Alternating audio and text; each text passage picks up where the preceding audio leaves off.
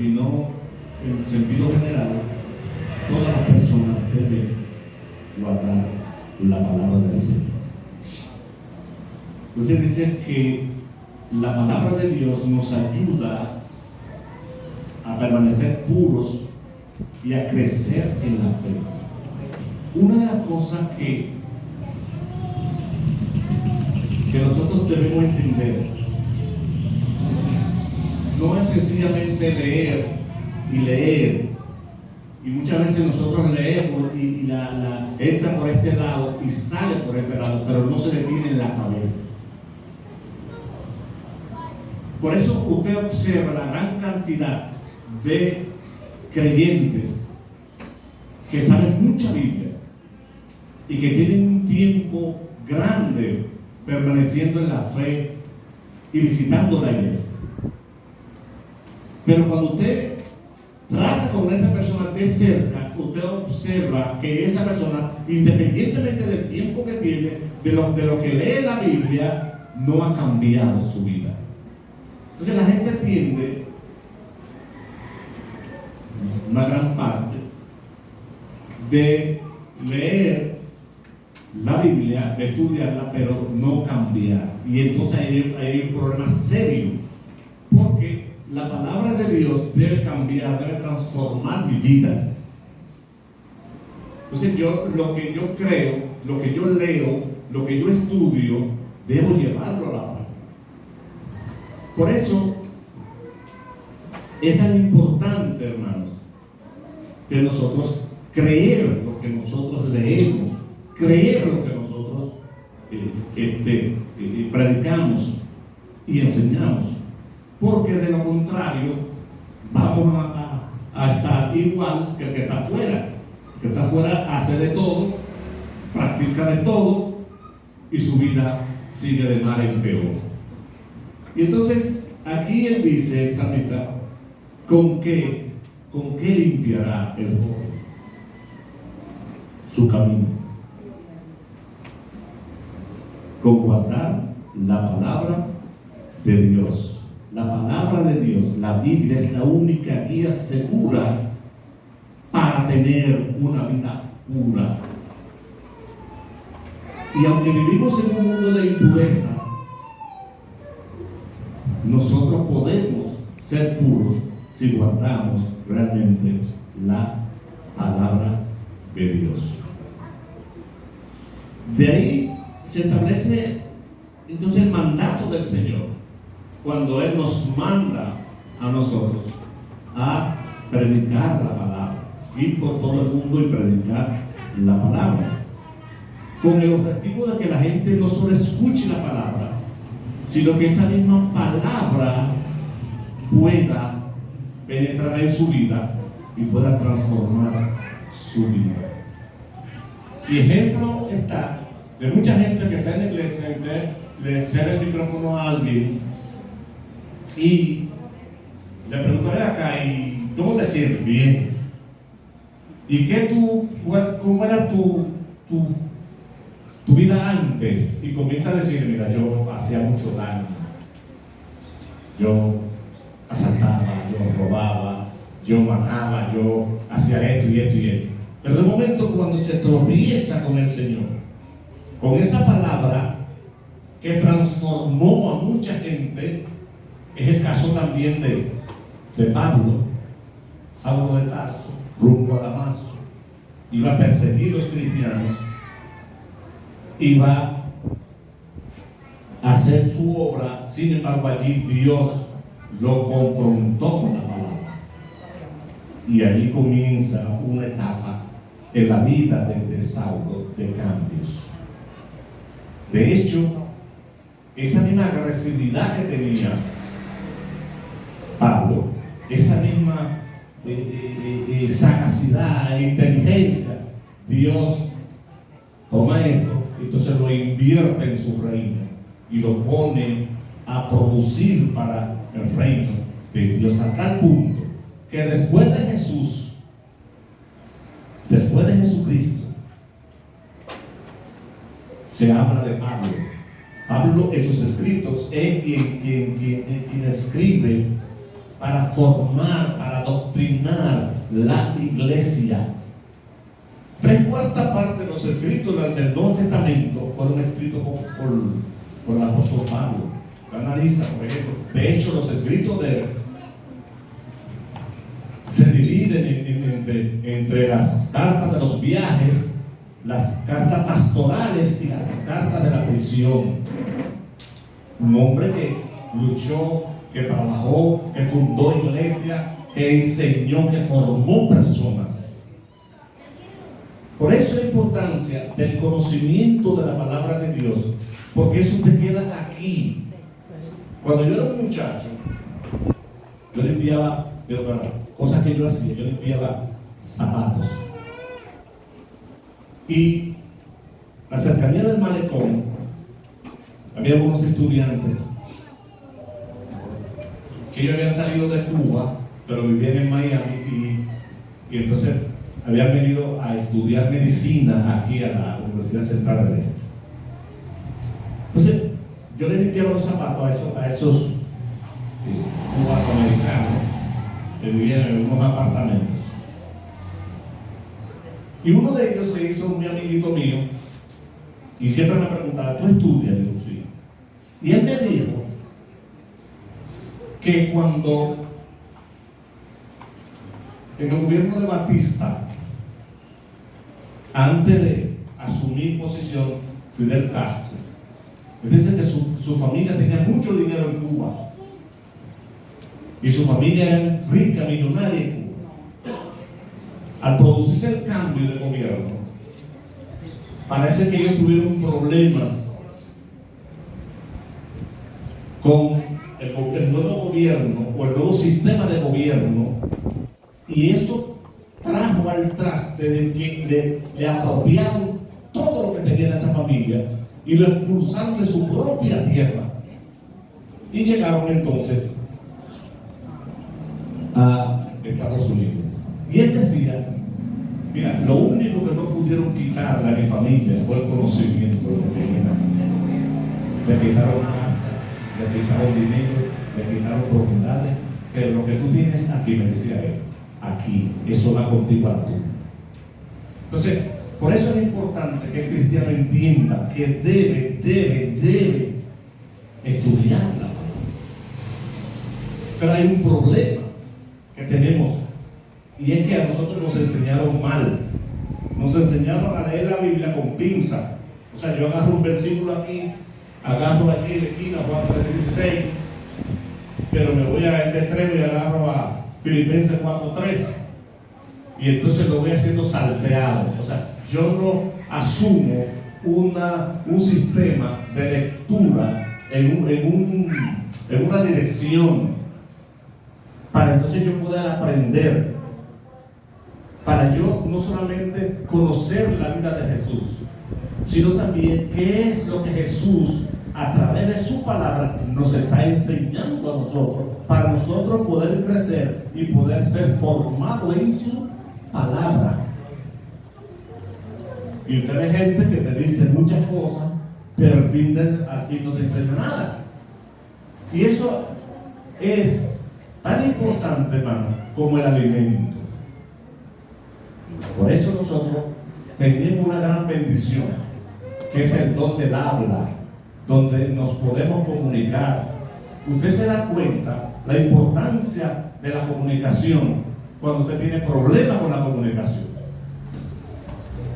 Óigame, y es difícil, sobre todo cuando usted tiene que irse a vivir a otro país que habla un idioma diferente al tuyo. Dígame a mí que las veces que yo he ido a Estados Unidos, me acuerdo que tengo que aprender a hablar inglés cuando estoy allá, cuando veo una estación de tren, cuando me confundo de entrada o en vez de tomar la salida 1, tomo la salida 2, y entonces de repente no encuentro quién me dé una información porque desconozco el idioma. Y usted ve entonces uno sacando alguna palabrita de esas que usted tiene por ahí y la intenta pegar. Y entonces la gente allá, y le digo porque me pasó con una dominicana, Yo no estoy inventando. En el último viaje que hice a Estados Unidos, yo puse un plan de internet y me engañaron. Y entonces yo le dije a la persona donde estaba, mira, llévame al lugar porque me pusieron algo que yo no ni he pedido ni necesito. Y la joven que me atendió, cuando voy, que le estoy hablando, me dice que ella no habla español. Pero esa fue la que me atendió. Y yo dije, no hay problema, no hay problema. ¿Quién es el encargado del negocio? Yo. ¿Cómo es posible que yo tenga una persona, primero que me atiende, usted estuvo aquí, que me acuerdo que atendió, ahora me saca los pies, después que me engañó? Yo te voy a dar una recomendación, es tu negocio. Yo no tengo problema en perder 60 o 65 dólares, que fue lo que me costó el plan. Yo no tengo problema con eso, porque ni lo necesito siquiera. Le hablé así mismo. Pero tu negocio, tú tienes una inversión grande, entonces eso te crea mala reputación. Me arregló, él intervino y me resolvió el problema. O sea, fíjense cómo nosotros, y no lo digo porque seamos dominicanos, cómo nosotros somos tan comparómaros. Yo una muchacha llamada dominicana que habla y me dice que no habla español. Y eso te pasa en las estaciones de tren. Pero habla, you speak Spanish. I'm sorry, not speak Spanish. Oye, eso pasa, y a mí me ha pasado varias veces. Entonces, ni así, te sientas, coge un librito y aprende. Fíjese cómo va la cosa. Lo necesita, pero ni así lo hace. Y eso se aplica también en la vida espiritual, en la vida cristiana. Tú sabes que tienes que leer la Biblia, pero no la lees.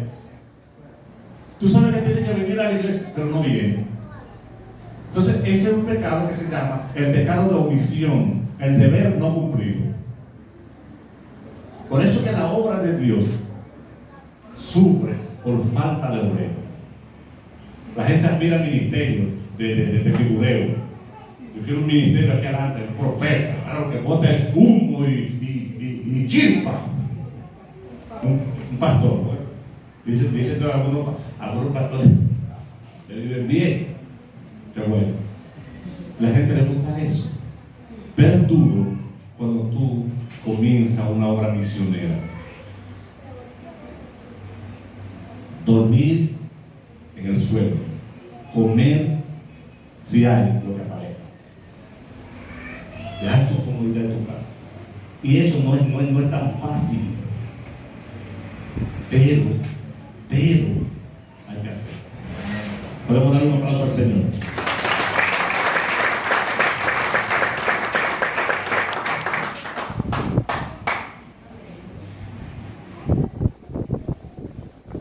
Aquí el salmista hace una pregunta, pero además también, ¿con qué guardará? ¿Cómo puedo yo guardarme para Dios? ¿Cómo puedo permanecer puro en un ambiente impuro? No es fácil ser cristiano, pero se puede, porque Dios de alguna manera nos ayuda y nos bendice. Eso es así. ¿Por qué se enfoca en el joven? El joven es del movimiento, de la fuerza, de la inteligencia, del desplazamiento. Lo que somos un poquitito más avanzados, nos movemos un poquito con más lentitud, pero el joven se mueve.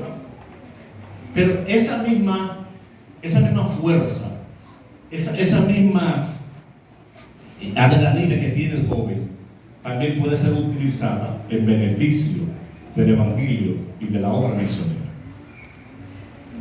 ¿Se ve? Entonces, pero además también, ustedes han observado cuando hacemos el béisbol bíblico, con la capacidad que esos muchachos te dicen 5 versículos. Yo me lo puedo aprender, pero no es lo mismo ni igual. Yo antes te leía un párrafo, te podía explicar su detalle, ahora es diferente. ¿Por qué? Por los cúmulos de compromiso y de cosas que tú tienes aquí. Ya la mente no genera, las neuronas del cerebro están débiles, están desgastándose. Entonces el joven puede ser un buen instrumento si el joven se coloca en las manos de Dios, si el joven se dedica a servir a Dios en espíritu y en verdad. Tiene la inteligencia, tiene la fuerza, tiene los recursos. Por eso es importante que los jóvenes se sigan preparando, independientemente de que usted se haga una profesión secular. Se debe también leer la palabra del Señor, tomar la Biblia, por ejemplo, es algo sencillo. Y vamos al Nuevo Testamento. Usted toma la Biblia y agarra el Nuevo Testamento: Mateo, Marcos, Lucas y Juan. Ahí están, 4 evangelios. Pero 4 evangelios, sí, que encierra en su totalidad desde lo que es el nacimiento de Jesús, desde lo que es el bautismo de Jesús, el ministerio de Jesús, los milagros de Jesús, lo muestra ahí.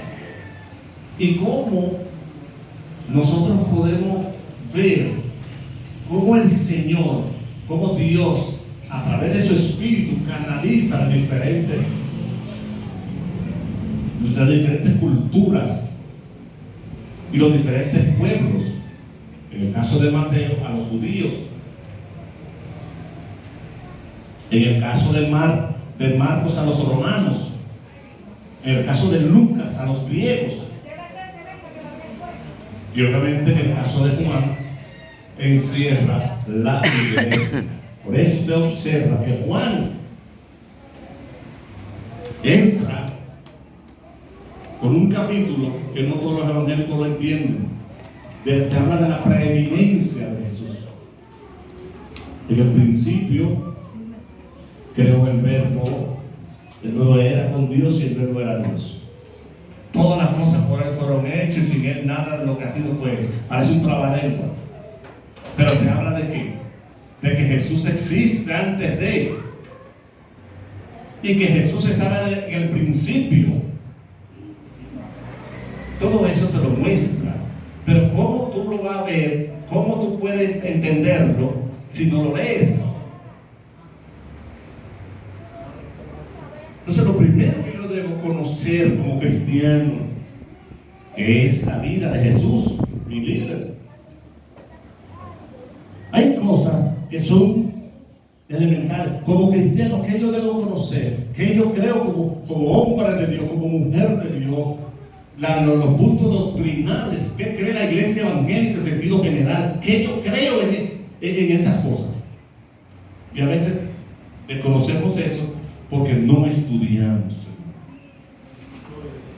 Y como no estudiamos, entonces el que anda por ahí con doctrinas equivocadas, con doctrinas erróneas, me engaña a mí con mi propia Biblia. Y usted ve gente que es un libro, porque la Biblia hay que leerla, hay que estudiarla, hay cosas difíciles de verdad. Eso te tiene que relacionarse con la palabra del Señor. Los 4 evangelios. Pero además, ¿quién sigue? Sigue el libro de los Hechos, un libro histórico donde se habla del derramamiento del Espíritu Santo, del primer sermón de los apóstoles, pero además también de la iglesia primitiva, de lo que ocurrió allí, de los milagros, de la obra misionera que hacían los discípulos. Dice los Hechos de los Apóstoles que ellos no cesaban de enseñar y predicar a Jesucristo.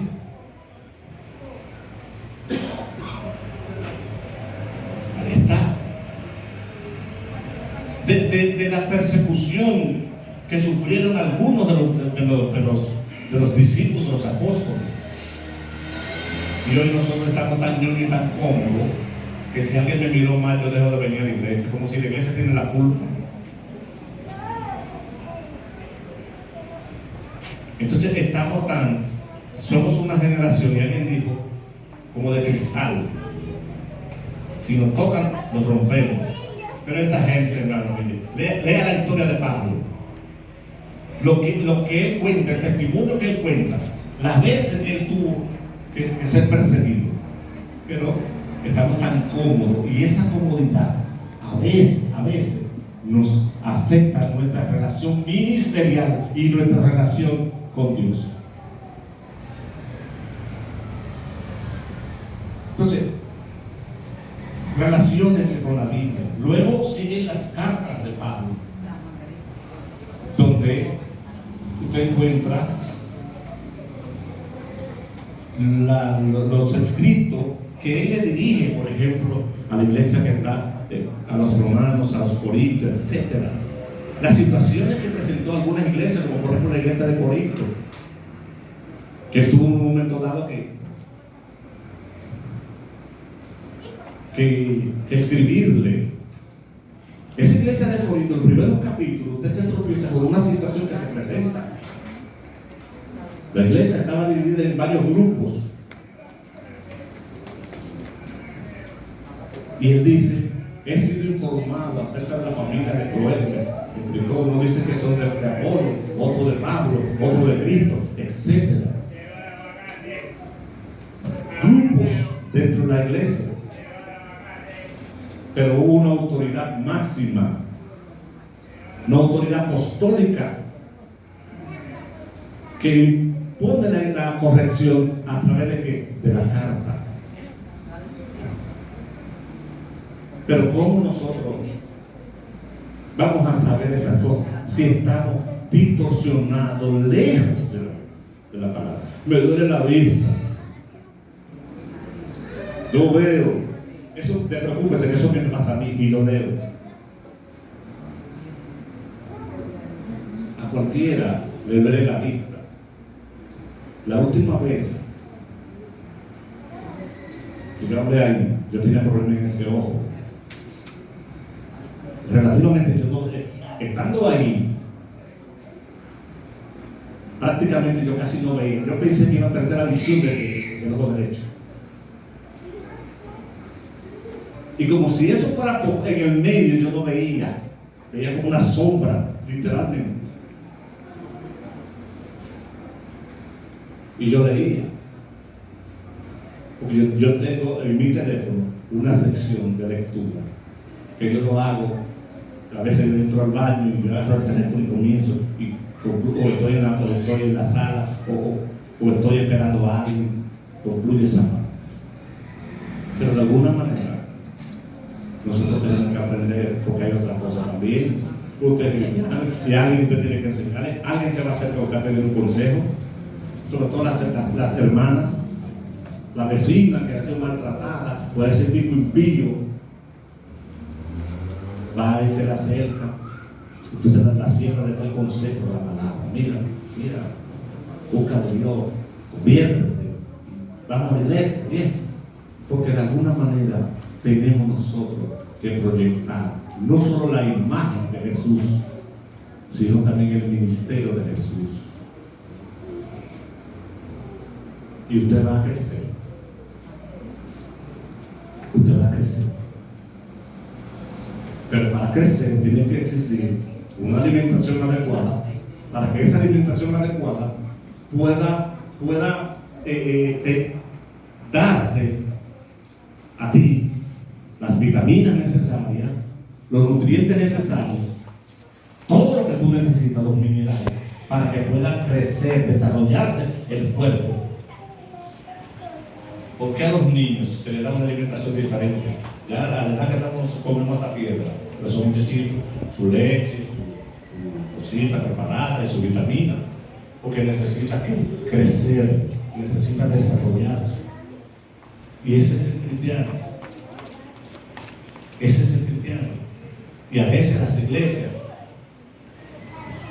no es el caso de nosotros, Pero será de que tú tienes una gente que se convirtió en 3 meses de doctrina y ya lo soltaron. Sálvate como tú quieras. Hay que dar ese seguimiento. Y usted tiene que venir a los estudios.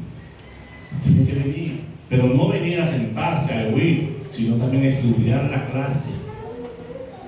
Por eso usted tiene un guía con sus fechas. Y aquí se anuncia con tiempo. Va a ser el próximo domingo es tarde. Pero no es porque él es anunciador.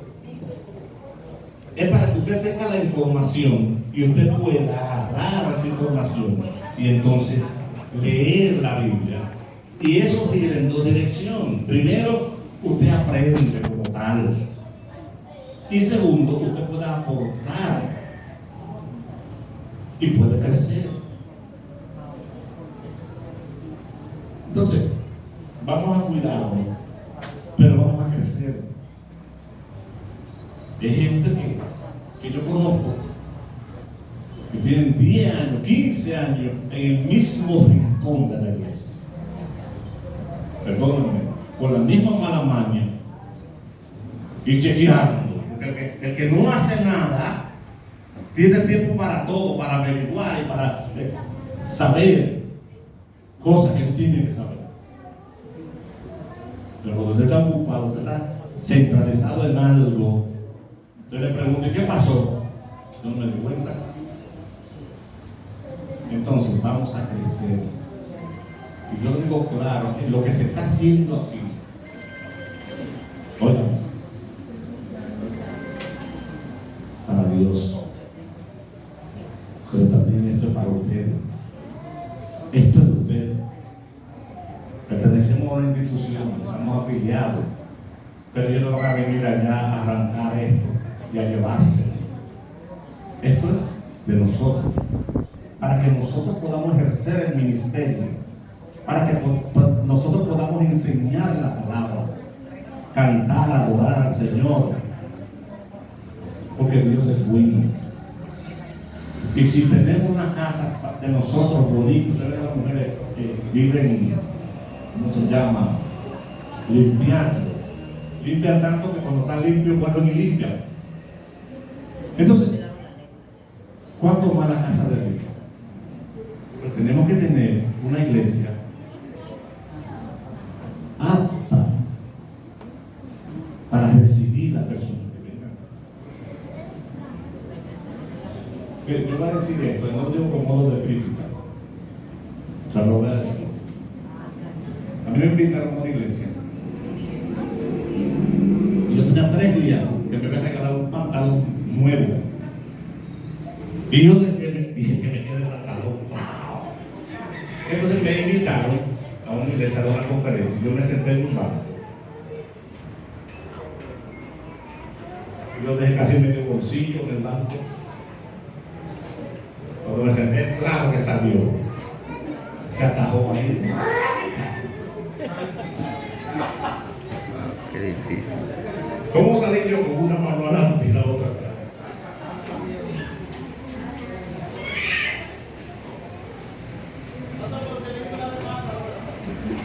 Sí. Yo le dije al pastor, yo te voy a regalar un martillo. Y él me dijo, ¿para qué? Para que todos esos tragos que están ahí. Ay, escúchame, no, yo no te he ofendido. Yo lo que te voy a pedir. Entonces, esas cosas no deben suceder en la iglesia de Dios. Eso no debe suceder. Eso va a conocer, bótenlo. O arreglenlo. No debe suceder, pero sucedió. Y eso es lo que parece nada más. Gracias al Señor que hay cosas que han ido cambiando. Entonces, nosotros necesitamos restaurar nuestras vidas. Necesitamos crecer. Pero ¿cómo voy a crecer? Si no vengo a la iglesia.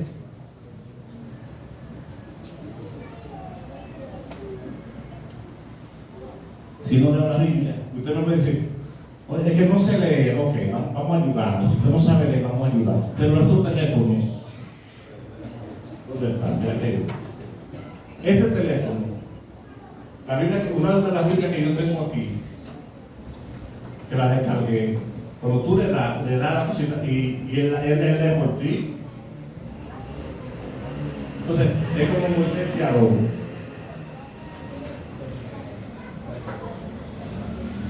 Pero hay que leerla. Lea, venga a sus estudios, prepárese.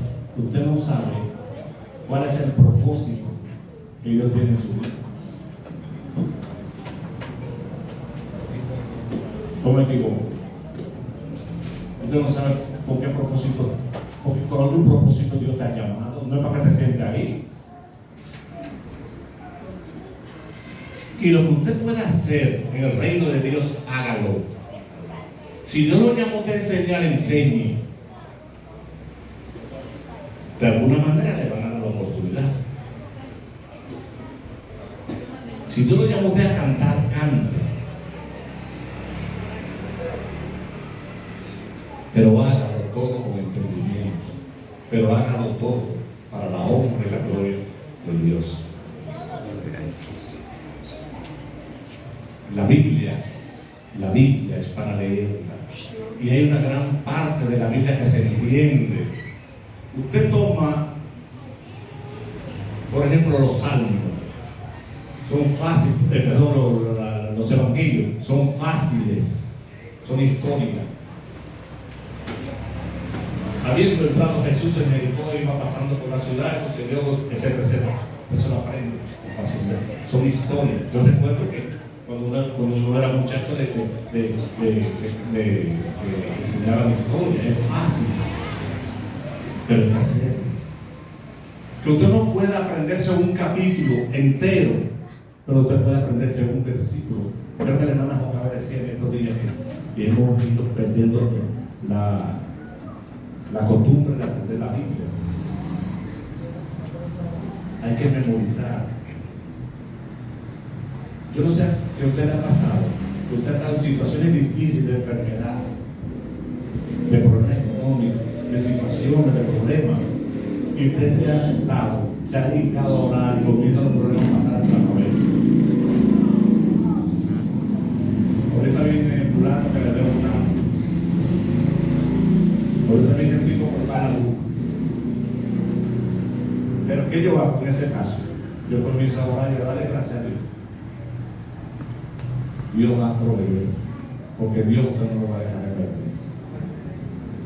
Dios te llamó con propósito definido y tiene que estar claro en eso, pero hágalo por la puerta. Termino con esto. Cuando yo estuve en Villafaro, alguien se me acerca y me dice: Dios me llamó a mí a ser pastor. Yo me paré y le di la mano. Yo lo fiché ya, él me dijo que Dios lo llamó a ser pastor. Ya, yo tengo ¿cómo se llama? Un compañero ahí. Y como Dios lo llamó a ser pastor, yo le digo: usted va a ser pastor, prepárese que el domingo que viene usted va a predicar aquí. No fue. Volví, lo cité para el próximo y tampoco fue. Bien. Tenemos estudio bíblico el jueves, tampoco fue. Entonces yo lo llamé y me senté con él. Y le dije: no hable con emoción. A ti no te han llamado ni siquiera para ser portero. Tú tienes que sentarte, tú tienes que disciplinarte, tú tienes que aprender, tú tienes que someterte. No la cabeza que yo de verdad.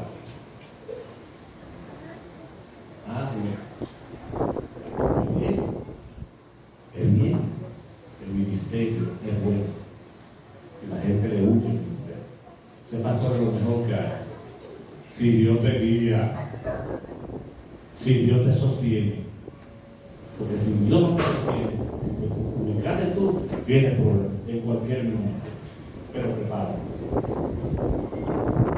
Prepárate porque si estás sintiendo el llamado, entonces tienes también que prepararte. El modelo de Jesús llamó a sus discípulos, los preparó, les enseñó la palabra. y lo envió. Los llamó, los preparó y lo envió.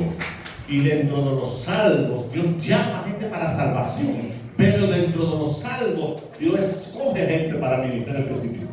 Y aquí hay gente que tiene ministerio. Y yo lo saben. Pero eso es de la mano del Señor. Dios le bendiga. Amén.